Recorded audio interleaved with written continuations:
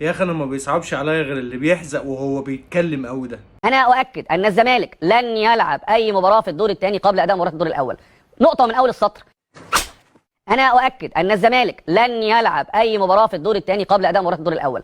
نقطة من أول السطر. يعني ده انت ناجح قوي اللي يلبسك حاجه مش بتاعتك تلبسها ليه؟ أنا أؤكد أن الزمالك لن يلعب أي مباراة في الدور الثاني قبل أداء مباراة الدور الأول. نقطة من أول السطر. اكتفيت بهذه الكلمه. شكرا. روح لوطن. لكن انتوا عملتوا نمرة في منتهى الغباء الحقيقة بتاعت فكرة الانسحاب وفكرة ان انا مش هكمل. بقيت حنفي، لا مؤاخذة، بقيت انت كده كده حنفي وبقيت بتنقط وانت كده كده بتنقط، وما يعني ما استفدتوش حاجة غير ان الراجل اتحزق حزقتين في كل برنامج يطلع على الهواء مباشرة او يطلع على التليفون ويقول لك الزمالك قولا واحدا الزمالك لم ولن يلعب مبارياته المتبقية في الدور الثاني إلا بعد انتهاء مباريات الدور الأول. حصل ما حصلش. دي نصيحة الحقيقة للراجل المتحدث الرسمي الجميل المهذب بتاعهم ده.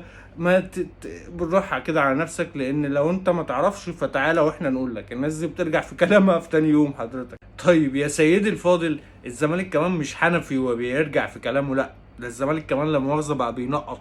استفدتوا ايه؟ يعني انا على رأي سيادة المستشار انا كده استفدت ايه؟ يعني جمهور نادي الزمالك منكم استفاد ايه؟ اي حد في الكورة بيشجع نادي الزمالك استفاد ايه؟ 3 نقط خسارة من ماتش الاهلي، طبعا مشكورين ولازم كل فيديو نقول لكم الف شكر على ال3 نقط اللي انتوا اديتهم لنا، مع الراحة اسبوع، مع كمان ان انتوا ريحتوا دماغنا من الولولة بتاعت التحكيم بتاعتكم، ومع كمان ريحتوا دماغنا من النمر اللي انتوا بتعملوها بتاعت تخبية الكور والحاجات البلدي اللي انتوا عملتوها الماتش اللي فات. لكن انتوا بتستفادوا ايه او استفدتوا ايه من الهمبكة اللي حصلت ان احنا مش هنلعب والله ماتش مش عارف ايه، او مش هنلعب ماتشات الدور التاني الا لما الدور الاول كله يتلعب؟ خدتوا ايه لا مؤاخذة؟ يعني لا مؤاخذة كده يا سيادة المتحدث، انت خدت ايه؟ ما خدتش اي حاجة. يمكن خدت حاجة واحنا ما نعرفش، بس نادي الزمالك ما خدش اي حاجة. نادي الزمالك خد 3 نقط خصم، صح كده؟ وخسر 3 نقط بتوع ماتش الاهلي، صح كده؟ وكسب ماتش سيراميكا اللي رجع فيه وبقى حنفي فيه، والنهارده بيتعادل وبينقط مع ماتش فاركو. طبعا ده تمهيدا للتفويته الكبيره بتاعت ماتش بيراميدز. لكن ماذا استفاد نادي الزمالك يا حضرات؟ نادي الزمالك اللي هيصلح حال الكره المصريه، هل كده صلح حال الكره المصريه؟ اصل بيقول لك احنا لازم نعمل يبقى في رعونه في الطلبات. طب الرعونه في الطلبات دي ما اتقالتش ليه؟ انت قلت لي يا فندم ان انت مش هتلعب ماتشات الدور الثاني تما الا ماتشات الدور الاول ما تخلص. ماتشات الدور الاول ما خلصتش. حضرتك منورنا ومشرفنا ليه في الدوري الكئيب بتاعنا اللي مش هيخلص الا على السنه الجديده؟ مش ده البغبغانات اللي طلعوا قالوا لا ومش هنعمل وزي الزمالك واحنا ورا الزمالك، والزمالك هو اللي هيصلح حال الكوره، واحنا ضربنا كف على كف بساعتها وقلنا ازاي الزمالك هيصلح حال الكوره وهو خربان من جوه؟ يعني هو موقوف قيده. يعني ازاي نادي الزمالك المؤسسه دي تصلح حال الكوره المصريه كلها، صح كده، وهو اصلا موقوف قيده اللي مش عارف كام فتره جايه، اللي عنده مشاكل الدنيا والاخره؟ ازاي بقيتوا انتوا لا والزمالك هو اللي هيصلح ولازم الزمالك ينسحب، وكابتن احمد حسام ميزو لازم الزمالك ينسحب، ومش عارف مين لازم، كلنا مع نادي الزمالك ان هو ينسحب؟ ما لعب ماتش سيراميكا محدش اتكلم. احمد عفيفي نفسه طلع وقال لك كسلت اللي بيطلب طلبات اكتر من كده مش عارف ايه، ولا والزمالك مش هيقدر يكمل الانسحاب بتاعه، واحنا مش هنطلب من مجلس حسين لبيب ان هو يكمل انسحابه لان هيبقى. طب انت عملت ال7 رجاله ليه في الاول؟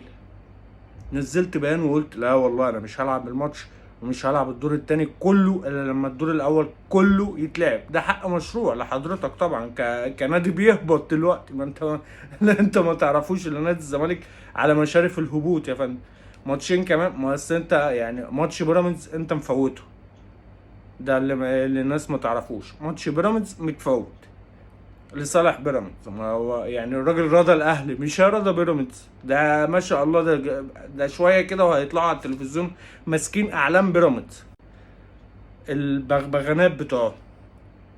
كله دلوقتي ازاي بيراميدز مش قادر ينافس، وازاي بتظلموا بيراميدز، وازاي كل الدولة على بيراميدز، وازاي المجتمع المصري كله رافض ان بيراميدز ياخد الدوري.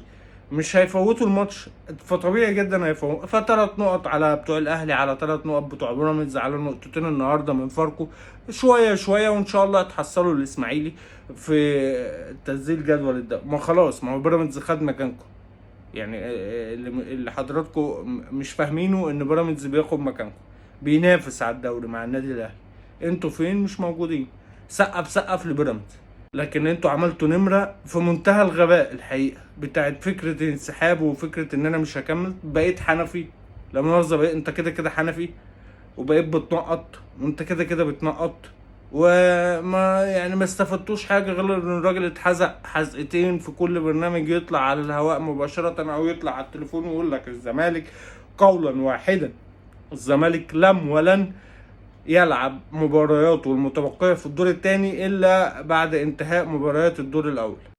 حصل؟ ما حصلش. دي نصيحة الحقيقة للراجل المتحدث الرسمي الجميل المهذب بتاعهم ده.